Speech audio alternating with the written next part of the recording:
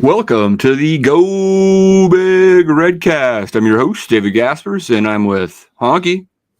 Whoa, Nelly. Welcome to Redcast 2.0, now being live streamed via YouTube, Twitter, and Facebook. We're enthused, we're refreshed, and we're ready for spring ball. At least Honke is. Also with Redcast Rob. Well, guys, I guess everyone's going to just have to get used to seeing my face made for radio. I'm not going to apologize for it. It was all Honke's idea. Yeah, we're through the day. Also, the Redcast Boomer. Well, I just want to know, are we doing the post-podcast handshake, or has that been thrown out completely? It's a dangerous proposition, Boomer, but it's a tradition that we would like to continue here. So we'll see if we can get through the show without fisticuffs. I make no promises, Dave. That's well, don't push me, Boomer.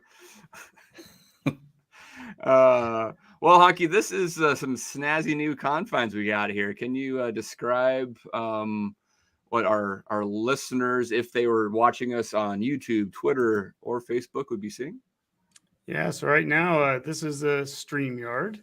And a shout out to Ken with Generation Red Pod. He gave me some of the insight onto this, and it's a great tool to be able to do a lot of very cool things. And we not only want to be going live stream like we have been the last few weeks, only to YouTube. Now we're doing it to our other social media streams, so that should be a lot of fun and great ways to interact with you live. For our traditional podcasters, we still will be posting our audio podcast tomorrow as usual. So all that stays the same, but this really opens up a lot of opportunities for us. And I guess one of the first ones it does is that we're going to start doing a few more interviews coming up here and Sunday, February 27th. Don't have an exact time yet, but Rob and I will be talking with Husker guys and Jim in Minnesota. And then on Monday, March 7th at 2 p.m., because Rob loves to get these afternoon and lunchtime ones in, we have Brandon Vogel. Very lucky to have him with the managing editor of Hail Varsity. So you can follow him at Brandon Vogel. And you can follow Husker guys at Husker guys and Jim in Minnesota at Huskers MN.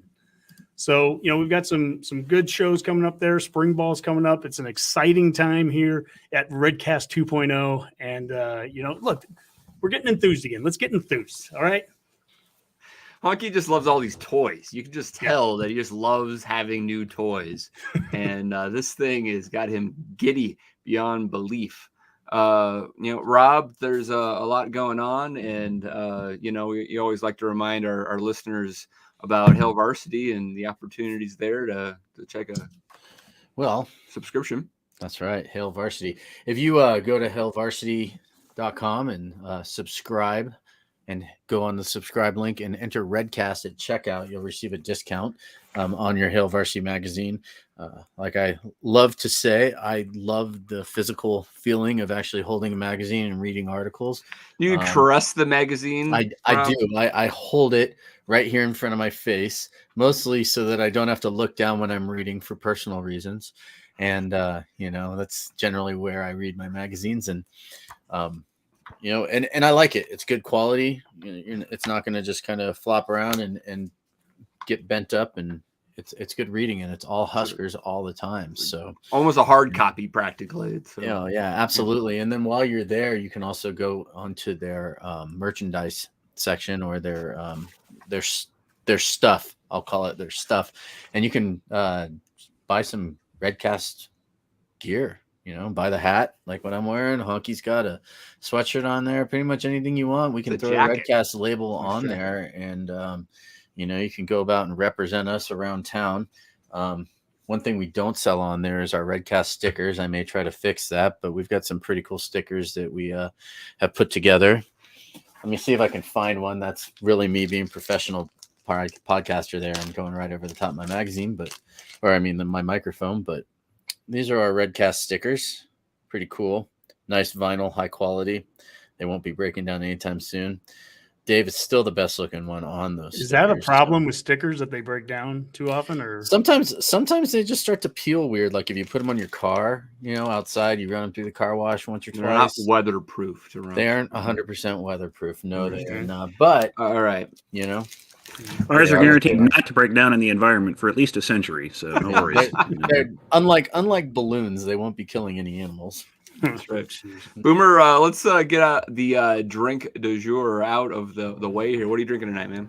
Well, I was inspired by our discussion last week with Honke's adventures and his early years of bartending, his early years of bar going, and since he thought it was the Roman Coke, I took it upon myself that such a thing needed to be created. So I was inspired myself, kind of a two-parter. First, thought about the calamacho. It's a popular drink from the Basque Country of Spain, which is traditionally a cheap, dry Spanish red mixed with Coke. It's popular there. It's kind of like a sangria. Then I also decided I needed to give it that kind of Italian Roman flair to it, and then I thought about sweet vermouth on the rocks with a twist, which always makes me think of Rome, the way the sun hits the buildings. So combine the two. Spanish about stuff, 7-3 ratio wine and let's say 6 wine, 1 vermouth, and then 3 Coke. Actually, Diet Coke technically. Add a couple twists of citrus and served over ice, and you get a nice, tasty drink. That sounds delightful, Boomer. It's now the Roman Coke. So there you go, Honke. Such a thing now exists, at least in our world. The Redcasters listening in from Italy, I'm probably would be indulging in that before we know it. It'll sweep the continent, Dave. So. Both, really. I don't know why I wouldn't. All right, sounds good, guys. Sound good. Well, I think we're going to tackle some some interesting kind of in the news article. Dave, you don't want to know what I'm drinking?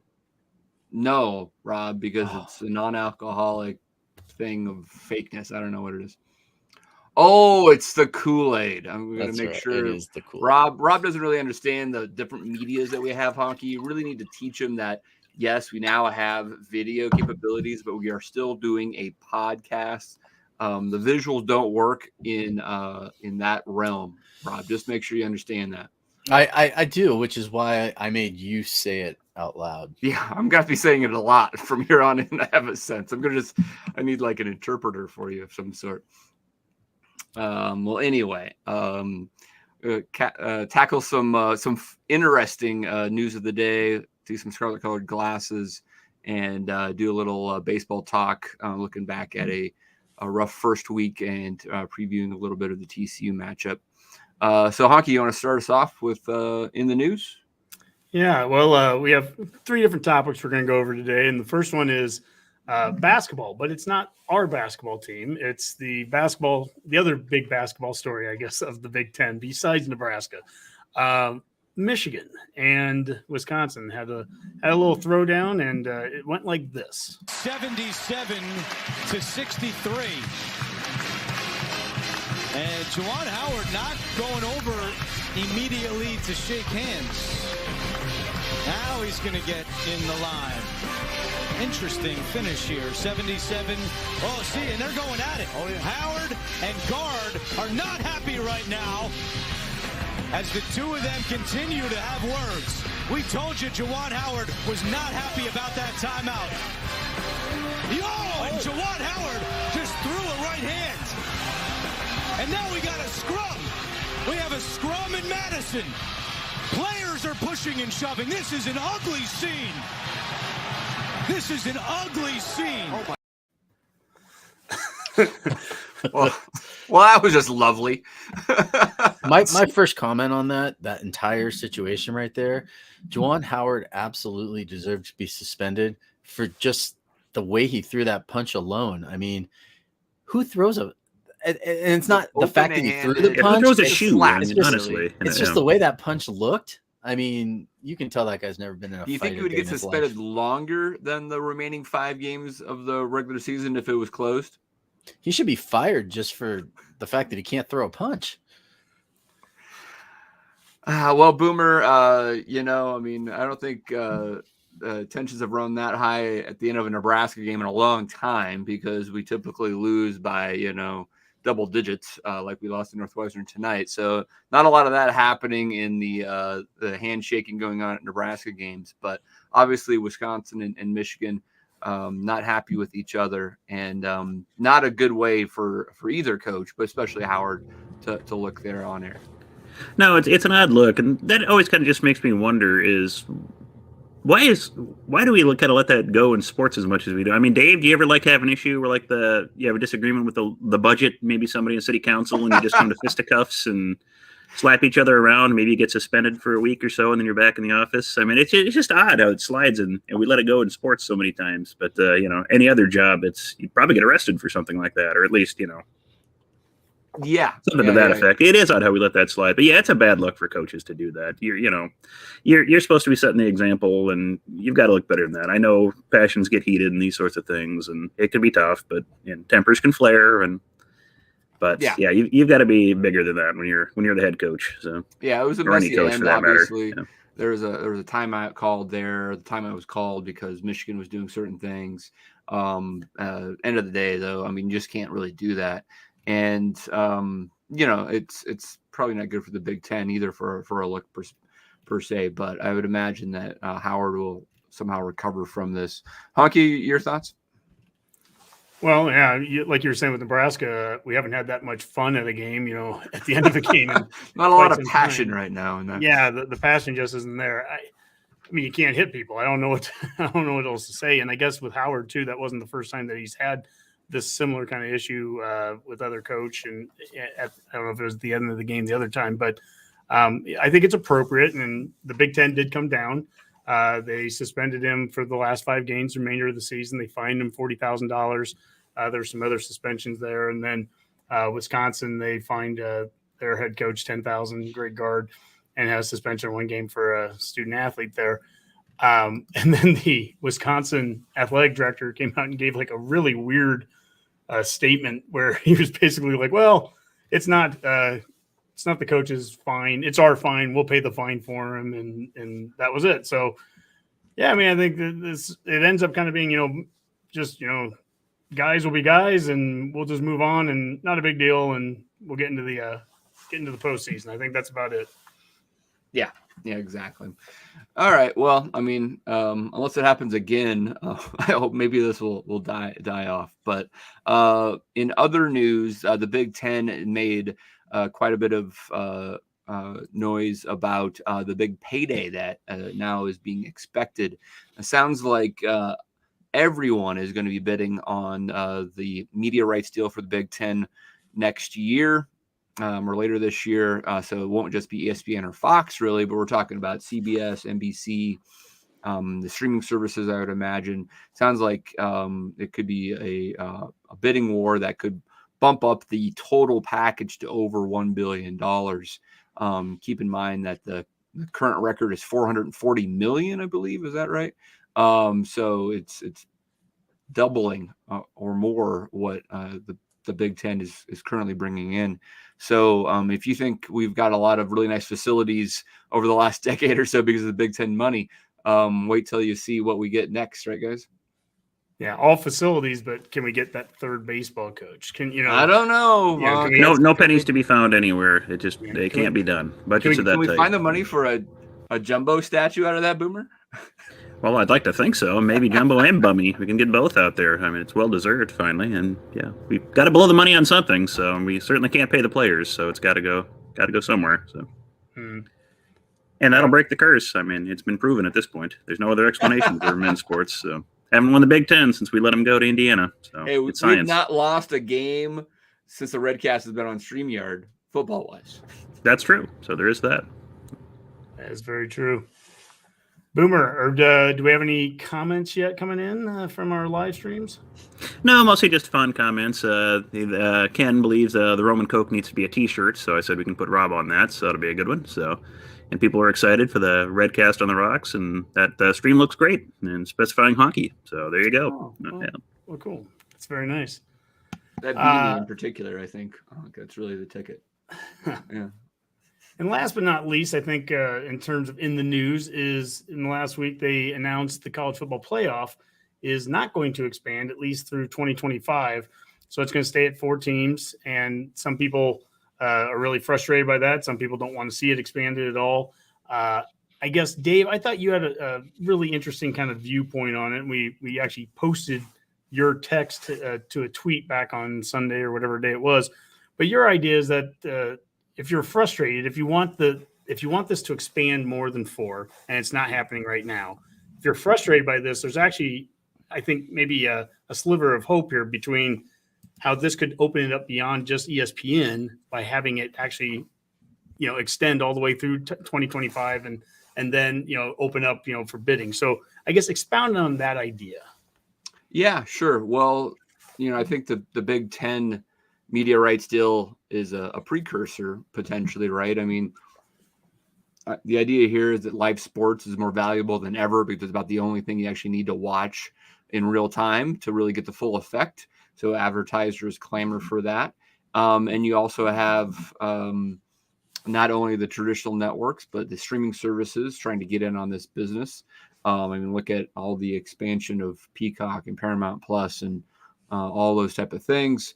You have YouTube TV, Amazon Prime, all dabbling, Yahoo. I mean, into actually doing streaming for live sports because it's so valuable. And so, even though, could you bring that graphic back up? Actually, I'm doing a Rob here, but folks, Honke had a nice graphic up that talked about, and ironically, it's an ESPN graphic, go figure. But it states here in bullet point 2 that the conferences in Notre Dame have forfeited roughly $450 million in potential revenue by staying at 4 teams. Well, that implies they're forfeiting it because they aren't expanding now. But to expand now, you would have renegotiated with ESPN. They have sole negotiating rights at this present moment. And so I doubt ESPN would have just simply renegotiated and still let the term end in 2026. They're going to extend that out. So ESPN would get this locked down for 8 years plus or minus, I'd be guessing. And we'd continue to have ESPN control the narrative of all of college football because they have the majority of the media, Fox really only being their only competition and not having nearly as many games. So, I mean, I guess on the bright side here is you could look at 2026 is kind of breaking away from ESPN because I think the opportunity here would be to have this go out to market and have everyone compete for it. I could see multiple, just like the NFL. Think of the NFL, guys. Does just one of the TV providers carry all the playoff games? Is it just Fox? Is it just ESPN? Is it just ABC or NBC? No, all of them. NBC, CBS, Fox, all had playoff games this year. NFL right? Network. It's NFL Network too. Well, NFL Network they own themselves, right? But yeah, but they didn't do playoff games there, Rob. I don't believe they had regular season games. But point taken is that it's a really diverse list of providers and so they all want to bite at that apple. And so the opportunity here, you may be able to divvy this up across multiple platforms and multiple providers and make way more than $450 million that they just gave up. Right? We're going to take a little longer to get it. But I think the payday's coming if you expand to 12. And, I mean, I'm not saying that there isn't other issues out there that need to be resolved. There's the Rose Bowl. There's where the first round games are played, all that type of stuff. But to the point of some of the complaints, even from the athletic directors involved, is like those seem to be petty disagreements. Well, they're pretty disagreements that might be just a kind of a veil of what they really were trying to achieve, which the Alliance did not want to sign this off to ESPN. They're like, no, we're going to wait till 2026. And I'm telling you right now, if you were the Big Ten commissioner, Honke, and you are trying to negotiate and ready to put your position in your conference this year to have Fox and NBC and everyone else bid on your product, would you want to go ahead and sign away the playoff to ESPN and not let them in the door? Don't you think they probably have had the Big Ten's ear saying, hey, why don't you just wait 4 more years and we'll give you way more money? I think people have short-sighted this and let ESPN actually control the narrative about, oh boy, we missed this huge opportunity with the playoff, when in reality, in 4 years, the payday is coming. Mm-hmm. Yep. Well, that is our news of the week, Dave. So. All right. Silence. No one else has an opinion on this. I mean, help me out here. I had an opinion at first, but I think after hearing what you had to say about it, Dave, God, I can't believe I'm saying this. You made 100% sense. And you're right. I think it does. It has to do with the fact that once they let that ESPN contract expire, we'll probably see this brought up again. I can't disagree with you there. It was logical, Dave. So. Yeah, although it does bring up a couple of good questions, though. You know, even if we are waiting for this next scheduling contract to come up, there are all these other issues that come with expanding a playoff, and are these disparate commissioners and conferences going to be able to come to some sort of agreement on it? You mentioned some of the things. I mean, as much as it annoys Nebraska fans, but the Rose Bowl seems to have incriminating photos of a lot of Pac-12, fans and Big Ten fans, and they're willing to defend that stupid bowl to the ends of the earth, making sure they get their coveted New Year's Day time slot so we can all stare in awe at the sunset on some random mountains that, great. But that's going to be a sticking point. And then Gables are majestic. I'm sure they are, and they're lovely, but whatever. And then you also have the issue of how many games are we going to play? You mentioned that. Where are they going to play the games at? Is it going to be conference sites? Is it going to be? Are we going to continue to outsource this stuff to neutral sites? In the South, the way a lot of people seem to want to do. And then what sort of impacts is this going to have on just regular conference scheduling? You got conferences like the Big Ten scheduling 9 conference games. The SEC is going to continue to skate with 8 or whatever they do. Are they ever going to be able to make all this work? I mean, sure they got that big siren song of hundreds of millions of extra dollars out there, but does there seem to be any sort of unity in this sport about trying to do what's best for everybody in this sport? I don't know if there is. So who knows if they'll ever be able to come to some sort of agreement on this. And that is kind of a worry a little bit, where this could go. Yeah, I mean, because like you said, there's $450 million possibly there for the taking, which they could have gotten, and they passed on it for all these other random issues to a degree. I mean, but you're probably right there. There is probably some hope that there is more money coming down the pike, but we'll kind of see on that. We did have a few questions pop up here. One from Jason Stinger. So is the Big Ten, ACC, and which other conference that voted against expansion? I believe the Pac-12 was the other one. It was 8-3 vote. So out of the 11 conferences that are involved in this, the Big Ten, ACC, and the Pac-12 are against it. Big Ten and Pac-12, bowling to the Rose Bowl and, wanting their own things. ACC, I don't quite know what their justification was for voting against it, but yeah, I mean, they're tied to ESPN. Yeah, they're in ESPN. Their media rights are tied in for eons. I don't know. 2032, man. Yeah, coworker Eric asked, did the Alliance accomplish anything? Well, there it was. They voted against playoff expansion. That's the one thing the three were able to agree on. Was it just a PR moved off, said SEC expansion? And yes, it was. So, yeah, keep in mind. I mean, the SEC was controlling the conversation. They had a subgroup that Greg Sankey was leading, and they're the one that recommended the 12 team. They recommended it, I don't know, a year ago or whenever. And a few months later, suddenly Oklahoma and Texas are invited in the SEC. I mean, so it felt like it was imminent that they were going to get a 12-team playoff, which they could get 4 or more SEC schools in that way, which would be, relatively attractive. You could lose two or 3 SEC games and still make the playoff, for goodness sakes, right, guys? But now they're going to have to muddle through at least a couple of years with Texas and Oklahoma in the conference, with only probably 2 SEC schools making it. Yeah, it's such a hard way to come up with some kind of a solution for that too, with the number of teams that you let in, because obviously you want to have guaranteed bids, right? Like from the, I guess, the 4 big conferences, or 5. Some people don't agree with that, Rob. Yeah. I know what you're saying. I know what you're saying, and that's therein lies the issue, right? Like, I mean, why does the SEC get 4 or 5 teams? I mean, you say it just matters more, but I mean, coming into this year, everyone's talking Texas and Oklahoma, but coming into this year, Texas had the exact same amount of wins since they won their championship, essentially, as Nebraska did. They had the exact same number of wins that Nebraska has had since since Texas won their championship with Vince Young. So I mean, 2006. Yeah. So I mean, it's not like Texas is just some like world blowing up thing, and that Texas is automatically guaranteed to be getting into the playoff. But yet, these teams, Oklahoma maybe, but I mean, we'll see what happens when they go in the SEC. Is this whole thing just kind of like a farce with smoke and mirrors? Because, you know, every year it seems like it's the same 2 or 3 teams in the SEC that are up at the top, and everybody else is just kind of there, apparently growing the power rankings because they're an SEC team just with the moniker. So, I mean, Yeah, I I know agree. Honke agrees with me on that one too. And, you know, it just means more, right, Honke?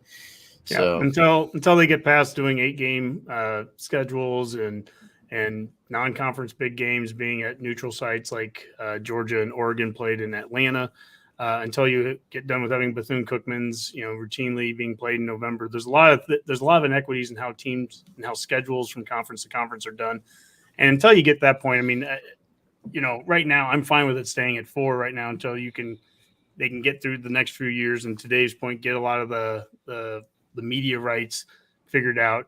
Get this beyond ESPN. I think that will be helpful. And if it expands, it expands. If it doesn't, I'm not heartbroken either way. There's a lot of people. Brett Cianci at Pick Six Previews, he's a huge supporter of it staying at 4. So I mean, there's going to be people on both sides of it. But at the end of the day, I'd like to see more equity within how we schedule and how we view some of the conferences. I just think the SEC it's top heavy, and it's top heavy with a couple of really, really good programs. But damn, man, it trickles down to where, you know, people start thinking Vanderbilt's good, and that's a problem. That's a narrative. I mean, even thinking Tennessee's good. I mean, let's be honest here. You know, it's like Tennessee is are they still on that blue blood list, and were they ever on that blue blood list? But people they're not. But people talk about them like they are. And I mean, let's be honest here. And the reason why they do is to build up that, you know, whole persona of the SEC.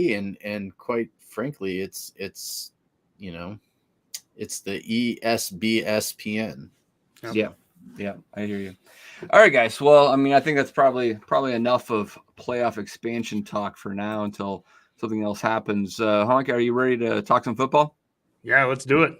All right, let's put on our scarlet colored glasses. And sounds like we have some tweets of the week, Honk. What do we got? Well, so it starts off here with a week ago, we talked about how Frost and the staff, they made quite a bit of news by taking the entire staff to Omaha and going to the Omaha Coaches Clinic. Well, last week, Mark Waller, who he coaches with Elkhorn South, but he's also been the Lincoln North Star, and I think Lincoln Northeast head coach in the past too. And so he's the president of the Lincoln Football Coaches Association, and they had their clinic event last week too, and the entire staff came to that.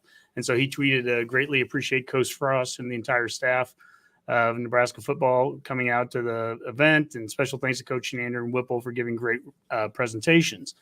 Following that, another tweet of the week was that we have a commitment, and it came from Sam Sledge, in-state legacy. We talked about him last week. Bob Sledge was his dad, and he was a football player, offensive lineman back in the 80s, and was an all-conference player. And so we now are starting to build up the commitments coming from the in-state list. And I talked about that last week. And to show some of the in-state recruiting right now, we have 8 players from 2023 that all either could or potentially do already or could have offers. And Gunnar Gotchula, Benjamin Brahmer, and Sam Sledge already have committed to Nebraska. They're from Lincoln Southeast, Pearson Creighton Prep. Malachi Coleman, 6'5", 175, a wide receiver from Lincoln East. Maverick Noonan, 6'4", 222, defensive end, outside linebacker from Elkhorn South. They all have offers. And then 3 players that are getting, each have 3 stars, and they're getting a lot of look right now are Zane Flores, the quarterback from Gretna, Brock Knutson, offensive tackle from Scottsbluff, and Benny Ngoye from a wide receiver from Lincoln High. There's a good chance, I think, that 1 or 2 of those 3 could be getting an offer. And the one that probably won't, if I had to make my guess, is Zane Flores, the quarterback. And the reason why is because tonight we have a new recruit, William Watson, the third dual threat quarterback, 6 foot, 185, class of 2023 from Springfield, Massachusetts. And he had offers from Arizona, Boston College, Kentucky, Michigan, and several others there. And that was a big get tonight. It was kind of a surprising get, kind of came out of nowhere. He did come to the junior day a week or 2 back.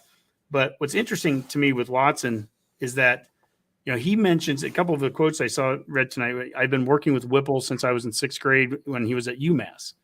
And I think that he trusts me similar to the way I trust him. With his offense, there's an answer for every situation. Every defense, he has an answer for it, and he has multiple plays like that. I feel like the way I can read a defense is perfect for both of us. What intrigues me is that he's listed as a dual threat quarterback. He's certainly mobile, and Whipple was going after him even at Pittsburgh. So when you think about Whipple's offense and what can it be? Can a quarterback still be running in it? Could you run some option? Oh no, he's just gonna run the stuff that he was doing back at Pitt and everything. No, I mean he was even willing at Pitt to go after a quarterback that had more mobility than Pickett, right? So we've got the quarterback now. If you look at the recruiting class for 2023, updated with Watson. There's Gotula, there's Brahmer and Sledge, the in-state kids, but there's Dwight Boodle, and that'd be DiCaprio's younger brother, cornerback, 5'11", 165 from Miami, and then Watson, now the quarterback from Massachusetts. So, it's starting to come together. It's early, but to have 5 recruits already out of this and 4 of the 5 are on offense, you can certainly see a trend there, Dave, and the trend is towards offense, and I'm just really intrigued with the quarterback spot right now. I think a lot of people thought the second Whipple got hired, Rob singing pass the ball. And, if you're going to pass the ball, you got to Whipple. And, at the very least, we've recruited some QBs that can use their legs too. And that excites me. When's the last time we had a recruit from Massachusetts? My goodness. I don't know. Tony Ortiz he was Connecticut. I'm trying to think. I mean, we don't go up into the New Englandish area very Springfield. often. Isn't that, basketball was invented in Springfield, Massachusetts, right? Yeah, geez. I thought Connecticut was in Massachusetts. Rob's lack of knowledge of geography. I mean, revealed. Yeah, New England, right? Isn't that a state? No, I mean, it is interesting. I guess this is where I would say, again, where I think Zane Flores should get a scholarship, because even though it sounds like he has Pops Watson. I love the nickname Pops. That's great. Has a good relationship with Whipple, and they obviously trust each other. That, a quarterback from Massachusetts coming to Nebraska, I mean, maybe he gets here, maybe he doesn't. If he gets here, maybe he stays, maybe he doesn't. But I think that's a perfect reason why you take a second quarterback here that's in-state kid who is just right down the road, and you don't have to worry about your offensive coordinator's protege leaving at any time, especially with Whipple. I mean, by the time that Pops Watson is starting for us, Whipple's going to be 68, 69 years old. I don't know how long Mark Whipple's going to coach. So I just feel like this is another reason why you should take Flores. Mm-hmm. That's just my opinion. Yeah, well, and he had 7 quarterbacks on scholarship at Pitt. That he's not opposed to having numbers there. Frost in the past from day one here said he wanted 5 on scholarship. And to your point there, between Torres and Heinrich and Smothers, and then Purdy and Thompson, the likelihood all 5 of them, that there's no movement, that 12 months from now, all 5 of them are still here. Just the way that college football is, seems like people are moving around a little bit. And the guys that have transferred here are going to be less likely to transfer out. They'd have to be sitting out a season. But the point is, taking 2 quarterbacks in a season doesn't sound so weird anymore. I mean, really, we just took 3. We've taken 3 now in the last 2 months that are going to be on the team next season. Now with at different grade levels, but to your point, I mean, we've added a lot to the room. Yep, absolutely. What do you think about his height? Right, he's only 6 foot, which I think is really interesting. I mean, if they listen at 6 foot, he's probably 5'11" at best. And it's probably kept maybe. I think he has a pretty good offer list. To be honest with you, right? Oregon, Michigan, a few others. Definitely Power 5 offers. And he started his freshman year in Massachusetts. I mean, obviously, extremely talented. Kid, sounds like he can throw the ball around the yard. Really smart. Obviously, if you start as a freshman, you got to really understand the game early. But it is interesting. He's not as big as someone like Flores or like Torres or Harburg. So he is a little bit shorter. But there's a lot of quarterbacks out there that do just fine at 6 foot. Yeah, it's a different body build, body style. It's the dual threat, right? Where back in December, those initial QBs, the ones that we were looking at and not getting right away, the guy from like USC and maybe the transfer Keaton from Slovis, yeah, there were some other guys too that we didn't get, and people were starting to freak out. And oh my gosh! And I was just, first off, that wasn't the QB I was looking for, anyways. And I was hoping that we continue to maintain at least some dual threat kind of ability out of our QBs. And so far, every single quarterback that they've now gone after since Whipple's gotten here has matched that. And what's interesting with Watson, again, is that this isn't Whipple coming to Nebraska and adapting his style because he's working under Coach Frost. He was already going after and working with Watson for the last few years up in Massachusetts anyways. So he was interested in this kid if he had stayed at Pitt. And that shows me that, his offense can be very adaptable to different types of QBs and do different things. Because I keep forgetting Pickett. Is that Pickett? Yeah, Pickett. Jesus, I keep thinking Pickens, but I think Rob was saying Pickens on a previous show, and it gets stuck in my head. Pickett. Anyone that watched that guy, I mean, he was not mobile. That guy did not have near what about the fake slide? He was running really fast. That was amazing. That was amazing. But the skill sets that he brings compared to the skill sets I think that we're going to have with Thompson, or the skill sets that we could, have if Smothers was playing, they are totally different, and yet you can adapt. And as Watson says here, with his offense, there's an answer for every situation, and he can find a way to get a QB to play. I'm really interested to watch this spring and see how he uses the 5 QBs that are going to be here. Really, the 4, I guess. Torres, I don't know how much he's going to be doing coming off the injury, but the other 4 is to see how he utilizes their skill sets, specific to each one. Smothers might be doing some things different from Heinrich, and so on. Yeah, absolutely. All right. Well, I mean, it's a pretty good start to the class already, right? Is that 5 or 6? That's 5 with multiple in states and a couple of East Coast kids. So it's a really good start, and it'll be interesting to see where they pick up with this momentum over the summer. Mm-hmm. Yeah, they haven't even started with Texas or Florida yet. Yeah, Boodle's from Florida. Oh, he's Boodle's from Florida. Boodle's Florida. Well, and we also have the camp schedule that just came out in this last week, and some of this will, work with some of our recruiting. But the coaches clinic is coming up in March 25th to 26th, open to all high school NAIA and D3 coaches. The featured speakers are going to be Arizona Cardinals DC Vance Joseph, brother of Mickey, and then former Atlanta Falcons head coach Mike Smith, or at least they're expected to be, is what I read. The pipeline camp for the linemen, that's going to be Saturday, June 18th. And then there's a couple of Friday night light camps on Friday, June 3rd and Friday, June 17th. So recruiting opportunities for fans to get out there and see some of the up and coming players come here. And I'll never forget going to the one 5-6 years ago where Micah Parsons came to it and was running routes, running pass routes, and was probably never really serious about coming to Nebraska, but just, having him on the field, it was kind of fun to watch. Yeah, absolutely. I mean, with the COVID year, it's so crazy. Micah Parsons played 3 years at Penn State. Already he's got 1 year in the books in the NFL and the Cowboys. And there's guys from that same class that are like, I don't know, redshirt juniors or something like that, right? Yeah. I mean, it's like, I don't understand it. Yeah, no kidding. They're going to be 6th-year juniors next year, probably. So. Yeah, Micah Parsons is going to be a 3-year vet by the time they get to the league, if they ever get there. Just nuts, man. Just nuts. All right, guys. Anything else football-wise, Honke? No, I think that, like I said, it's kind of a light week, but it's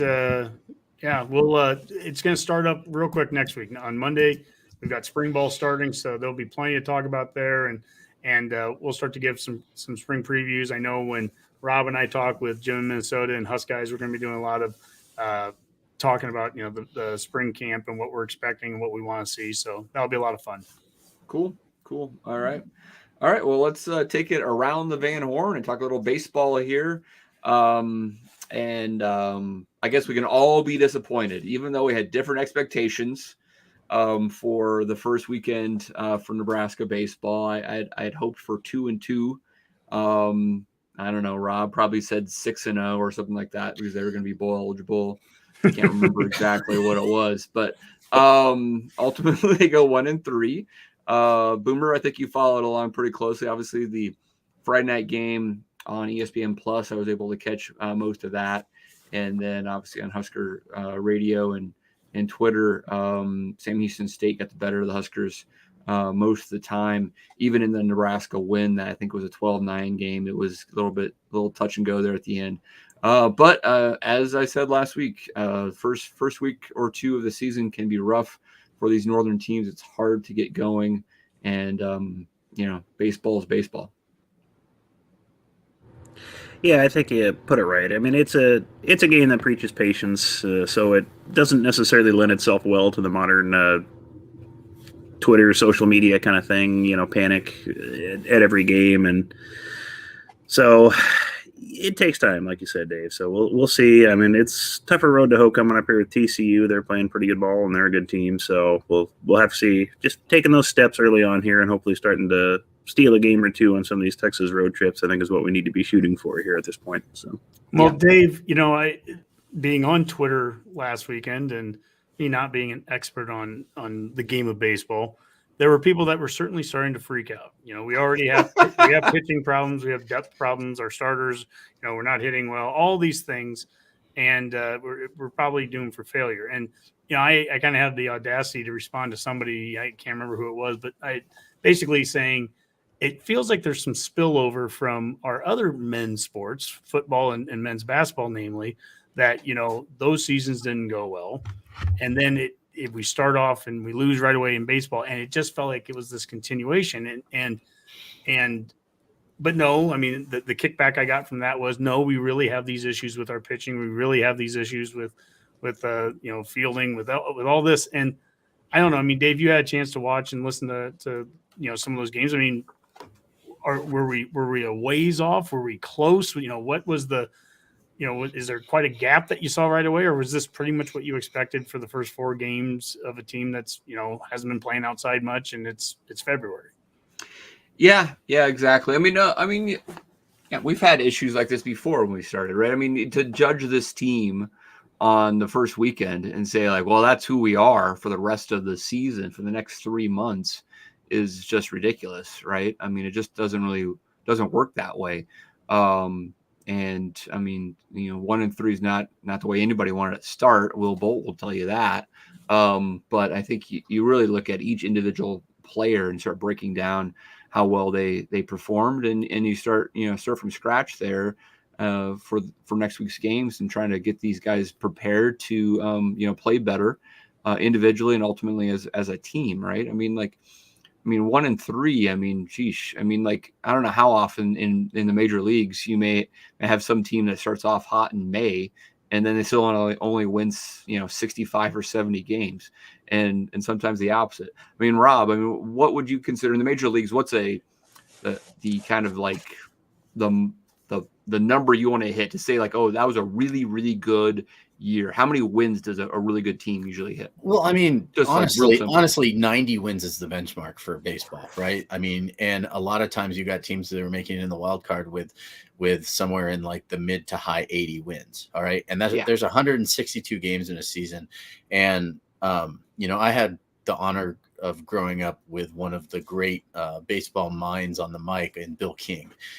He has his Nebraska roots too. For Nebraska. He did. He called some Nebraska football for a little while, and I'm not sure, maybe some basketball, but he's also the voice of like the Warriors, the A's, the Raiders. He's done everything, but he is one of the most brilliant sports minds that you could listen to. And growing up listening to him, I could probably, between my dad and Bill King, I probably learned more about sports between the two of those than anybody else. And one of the things that you will always hear is it's not about winning every game. It's about winning the series, right? If you got a 4-game series, you want to go at least 2-3. Or a 3-game series, you want to go at least 2-1. If you've got a 4-game series, if you split it, that's excellent. You at least want to get out of a series with a win too. You don't want to get swept. And I realized last week I was doing the whole Kool-Aid thing and everything, but realistically, baseball is also one of my favorite sports. And the realistic way to look at this, Dave, and you and I agree on this, there is no spring training in baseball, and these teams basically coming out of Nebraska are going from like an indoor practice environment, going out and playing games. Not only that, but my Lord, that field that they were playing on against Sam Houston this week was fully artificial turf, right? Everything was artificial turf. There was barely any dirt out there, I think only right in front of the bases. And it's just a whole different feel out there. It's almost like you're not even playing baseball, in my opinion, because that's a whole different story. You have a lot of that in college these days. I hear what you're saying. You do. But it, so it takes time to like really just like wake up. And I would say that in what did they play, a 56, 57 game season, I think it is this year. Yeah, 56 is I think the max. And so I mean, so what they've got 52 games left. The first 12 games are basically spring training. And if they can come out of that 500, even a game over or a game under, that's a good start, in my opinion, for a team like this. And there's no reason to freak out. The pitching's going to be fine. Starting pitching is going to be fine. Some of our relief pitching was lights out. It was fantastic. The bats are going to come around. Those are always the last thing to wake up, And, okay. So I'll do a little bit of the devil's advocate thing then. I guess comparing it again to basketball and football, which I think some fans were taking the frustration from those previous sports to this. Both of those seasons started with bad losses. Western Illinois for basketball, Illinois for football. And it was a red flag for the remainder of the season. And we felt that way in both of those sports, both of those teams coming out of those first game season opening losses. Were there any red flags at the very least? Maybe this is preach the patience and everything, but did you see any red flags? Were there things that you didn't like that you weren't expecting to see that you saw that you're like, oh, that could be a problem, throughout the year, and not including potential injuries? I know, was it our pitcher there at the end? The one game was I'm not worried about pitching. I'll just answer real quick my thoughts on that, Dave. And I'm not worried too much about the pitching. Again, that'll come around. My biggest red flag would have been the defense. They had 7 errors that led to 8 runs over the weekend, and that's a lot. That's a lot. That's not College World Series baseball right there. 7 errors that led to 8 runs, and they were outscored by quite a bit in this series. So, I mean, that to me. If they could have corrected that, it could have looked a whole different. Dave. I mean, I mean, the pitching wasn't good, obviously. I mean, they gave up too many runs, obviously. But I mean, that can come around, and will come around. I mean, they have quite a bit of talent there. And I mean, I just think, when you start off a season like this, I mean, I'd be looking for, hustle plays, attitude, all those type of things. If some reason this team is full of itself and thinks that they're just going to go out there and win games that aren't playing the type of baseball that Will Bolt adheres to, that's what I'd be concerned with. But this team didn't look like that. They just, just didn't really put it together. I'm looking at Sam Houston baseball Twitter. I don't know if anybody's on there right now. 25 minutes ago, they just upset number 4 Oklahoma State. Sam Houston State just beat Oklahoma State, the number 4 team in the country. What was the score? Just curious. Not that it matters. They had 5-run 10th. They won 6. No, Oklahoma State now ruined because they lost to lowly Sam Houston State. It's so embarrassing to lose to the Bearcats, right? I mean, it's baseball, guys. I mean, like, if you Major League Baseball, you win 100 games. That means you went essentially 6-4 every 10 games, right? That's all it is. I mean, in college baseball, Nebraska goes 34-22, and we make the regionals, no problem, right? 34-22. Again, you're talking 600 ball. It's a long season, plenty of games to play, plenty of chances to play a lot better. I mean, if we are struggling a month from now, let's have this conversation again. That's a very different conversation. Sure. And the pitcher that I didn't mention, Jake Bunce, he was the one that did have the injury at the end. So, hopefully I haven't heard any follow up on his situation. And I guess, so let's look forward, Dave. Now we're done with Sam Houston State. They're now probably going to make it to the College World Series since they beat Oklahoma State tonight. Yep, absolutely. So what are we looking forward to next week now against TCU? How did TCU do last week? And anyone see their record? TCU went 3-1. Lost to Cal, and they won. Yep. They beat Houston and San Diego State. They beat Stephen F. Austin tonight down Walking Taco Tuesday down in Fort Worth. So next time you're there on a Tuesday, make sure you catch that. So Absolutely. yeah. And then I think they're supposed to play the Walking Taco Tuesday. Walking Taco Tuesday. Yeah, so a classic Texas dish there. So the Walking Taco. So. Yeah. I think they were supposed to play the Roadrunners tomorrow, but canceled due to inclement weather. So it's supposed to snow down there, my understanding. So. Yep. Okay. So, Dave, what are you expecting, I guess, or what are you hoping to see besides just wins this weekend against the Horned Frogs? Yeah, I mean, it's interesting. I mean, TCU has been a Big 12 power before that, kind of a Mountain West power under Schlossnagel, Jim. But he's no longer there. He departed to Texas A&M. Go figure. Apparently, A&M decided that Rob Childress not going to get him over the hump, so they're giving a rival Big 12 coach some better digs down there in Aggieville to see if they can bring home a College World Series title. TCU though promoted Kirk Saarloos, I believe that's how you pronounce him. Rob, he was a major league pitcher for 7 or 8 years, including for your beloved Oakland A's, right? Yeah, you mentioned that to me before, and the name sounds familiar, but that was like post Giambi A's, early aughts. It wasn't all right. So he didn't have a memorable major league career, but the point is, he's a Cal State Fullerton guy, so he's under kind of the George Horton coaching tree. Joined TCU almost a decade ago. They've had some phenomenal pitching staffs there, so they promoted from within. So I don't see a big change in the TCU philosophy. Sure, pitching will be of primary importance to their success. I think they'll be good. We're playing at Globe Life Field, so they're not actually playing at TCU's home park, which is on the west side of Fort Worth. They'll be in Arlington. Globe Life Field is the new stadium for the Rangers, not the old one. Both of them are still there. The new one is a domed stadium, so these games should go off without a hitch. And Rob, to your point, it should feel like real baseball because it's a huge, big stadium. That I think they have a retractable roof, don't they? They do, yes. Yeah. So I mean, if it's nice enough, I'm sure they'll do that. But they also love their AC it down there. So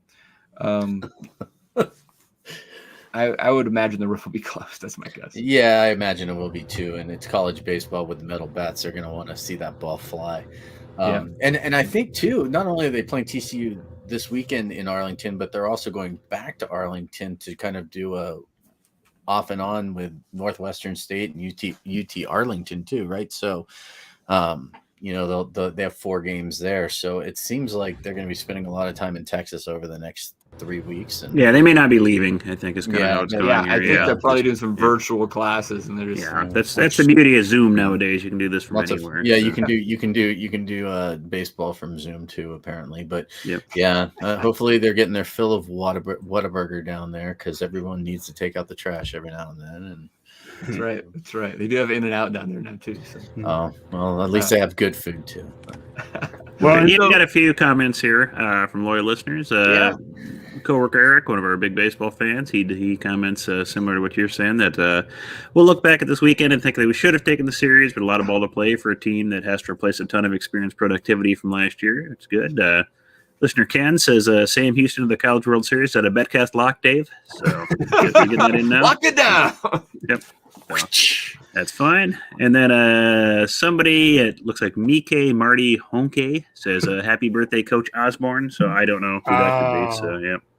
I think that's Honke's parents' shared Facebook account. I figured that out. Oh, that's so cute. Mike and Marty have a shared account there. So yeah, that's really cute.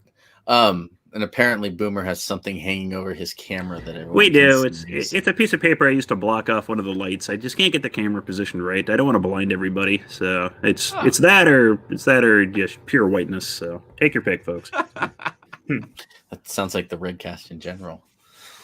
So anyway, Honke, to your point, I mean, I want to see competitive baseball. I'd love to go 2-1. That would be phenomenal.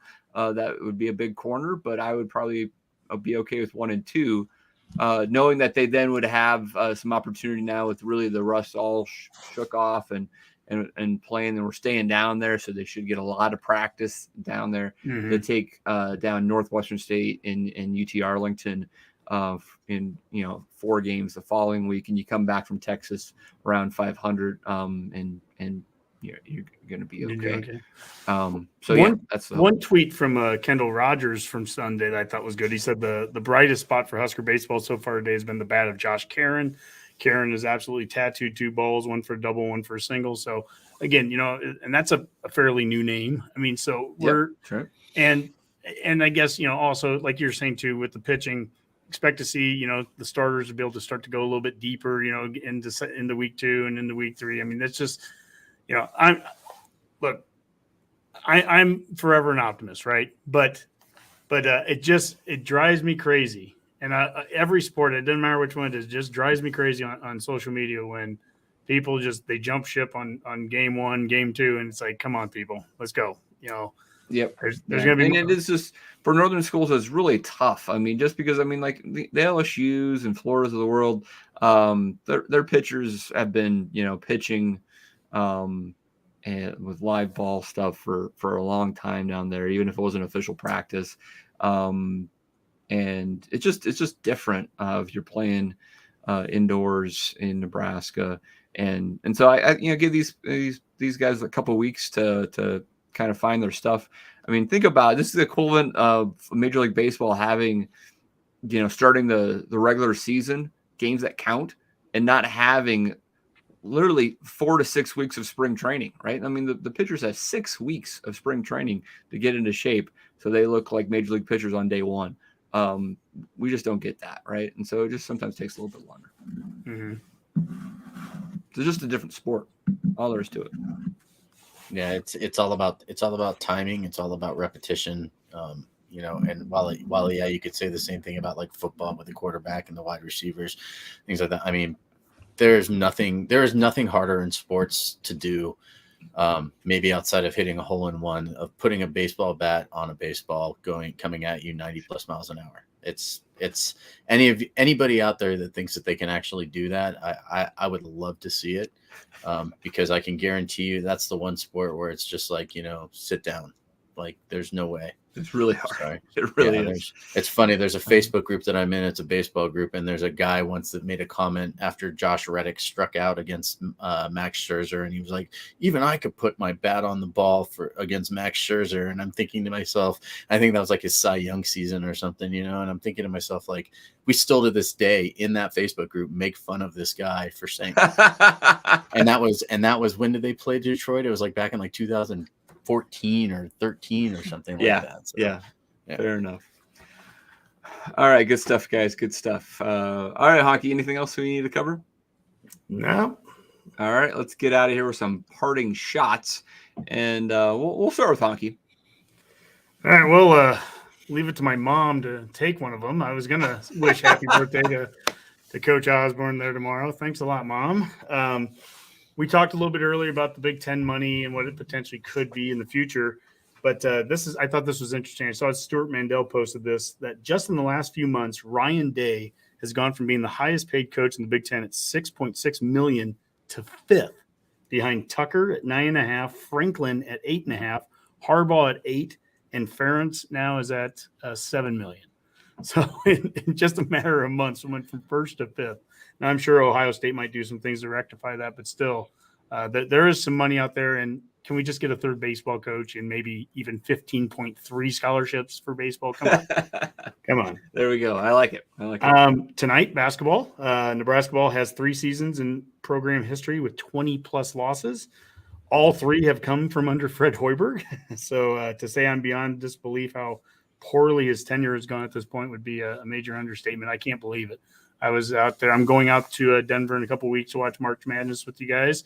And Dave, 2 or 3 years ago, whatever it was, I remember that we were out there right when we were courting Hoiberg, and it was just such a no-brainer. It's like, oh my God, we just got to bring this guy in, and we'll start counting the Sweet 16s. And it's not even if I'm disappointed or mad. I'm just shocked at how bad this has been. It blows me away. Last but not least, Omaha Norse Tyson Terry. We listed him on our in-state recruiting graphic there earlier from the 2025 class. So he's only a freshman right now. He's the first freshman in state history to win heavyweight in wrestling last weekend. So congratulations to Tyson Terry. Again, he has a Husker offer already. He went undefeated, and he holds an early offer already. And I can just tell you this, he looks like a smaller version right now of the polar bear as a freshman in high school. It's really impressive. So congrats, Tyson. Congrats to all the wrestlers that won championships last week. Congrats to the female wrestlers in Nebraska. This is the first year that they were able to go for championships and medals. And so anyways, it's always fun to see the high schoolers going out there and competing and winning titles. All right. Well, I did lose count, but that did seem like Honke's fifth parting shot. How come you didn't give him the wrap it up? Well, signal, mom Dave? and dad took one of mine. Come on, they frazzled me. That's right. Okay, Redcast Rob, what do you got? Well, I would just like to say that after my interview with Kevin Williams Jr. last Monday, last Thursday or Friday, an article on 24/7 Sports or CBS Sports, I think those two like share a writer or something like that, came out all about him and his journey. So I would just like to take full credit for Kevin Williams gaining fame across the entire, basically now he's made national news with those two. And, and him and I were messaging back and forth on Twitter about it, laughing. And he said, obviously it's you. So I would just, he said that. He said, obviously. And he was laughing when he said it, Rob. Oh, and we were absolutely just having a great time about it. So, no, it's cool to just kind of see him getting some recognition, because I do think he's going to be a difference maker for this team. I do think he will end up running with the ones here by the time everything's said and done.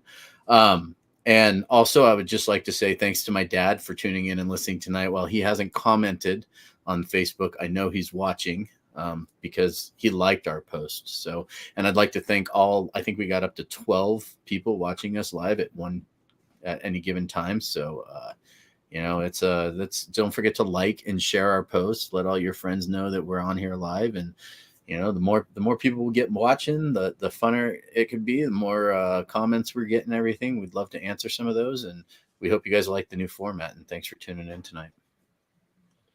Cool. All right. And Boomer, get us out of here. Okay, well, I guess I'll take us out of here. First thing, just Huskers in Massachusetts. Actually, our history goes back way further than you might think. Our very first football coach, Dr. Langdon Frothingham, for the 1890 team. He was from Massachusetts and attended school at Harvard. So it goes back to the beginning, our time at Massachusetts there. So, and a later coach, Alonzo Edmund Branch, was also from Massachusetts. But the less we talk to him about him, the better. He was quite frankly terrible. So, but we just pretend he didn't exist.